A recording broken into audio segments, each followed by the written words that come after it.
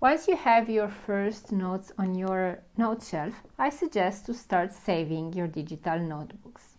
You can do this in two ways, by backing up your notebooks or by syncing on iCloud.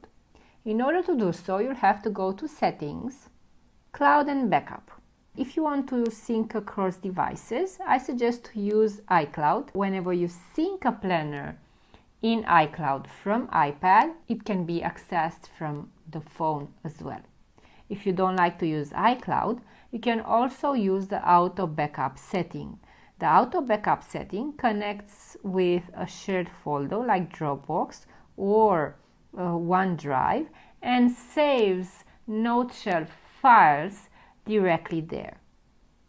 You can also use Evernote Publish for simple notebooks, but please keep in mind that whenever you're using a planner with hyperlinks on your iPad, it will be exported to Evernote as a PDF file without hyperlinks, and it will be kind of difficult to find your notes if you have a notebook with 1000 pages, for example. These are the options, so feel free to test them and use the ones that fits better to you and your schedule.